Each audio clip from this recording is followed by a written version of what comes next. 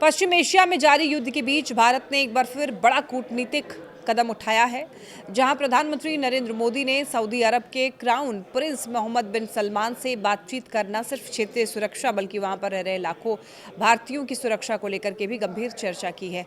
दरअसल middle east इस समय बेहद ही संवेदनशील दौर से गुजर रहा है। ईरान, अमेरिका और इजराइल के बीच बढ़ते टकराव ने पूरे इलाके को युद्ध के मुहाने पर खड़ा कर दिया है। ऐसे में सबसे बड़ा खतरा दो चीजों पर है, एक तेल और गैस की सप्लाई और दूसरा है खाड़ी देशों में रह रहे भारतीय नागरिकों की सुरक्षा। इसी को ध्यान में रखते हुए पीएम मोदी ने सऊदी क्राउन प्रिंस से सीधे बातचीत की है।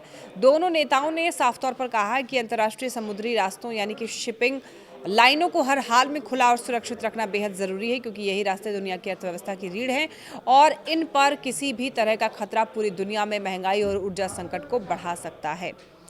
इतना ही नहीं, पीएम मोदी ने इस बातचीत में क्षेत्र में हो रहे ऊर्जा इंफ्रास्ट्रक्चर पर हमलों की भी बड़ी निंदा की। कहा कि ऐसे हमले वैश्विक स्थिरता के लिए खतरनाक हैं।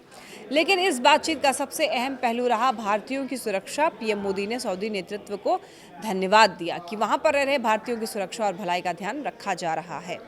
आपको ये बता दें कि सऊदी अरब में लाखों भारतीय काम करते हैं। किसी भी तरीके की अस्थिरता उनके लिए सीधा खतरा भी बन सकती है।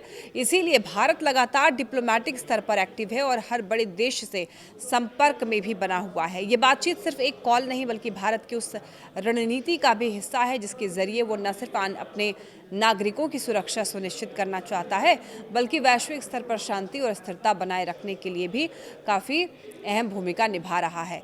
तो ये तो साफ है कि जैसे जैसे मिडिल ईस्ट में तनाव बढ़ रहा है, भारत अपनी विदेश नीति को और ज़्यादा एक्टिव और बैलेंस्ड बना रहा है, ताकि एक तरफ ऊर्जा सप्लाई पर असर ना पड़े, दूसरी तरफ विदेशों में बसे भारतीय सुरक्षित रह सकें। तो अब देखने वाली बात यह होगी कि क्या इस तरह की कूटनीतिक कोशिशें इस युद्ध के असर को कम कर पाएंगी या फिर आने वाले दिनों में ये संकट और ज़्यादा गहराता जाएगा।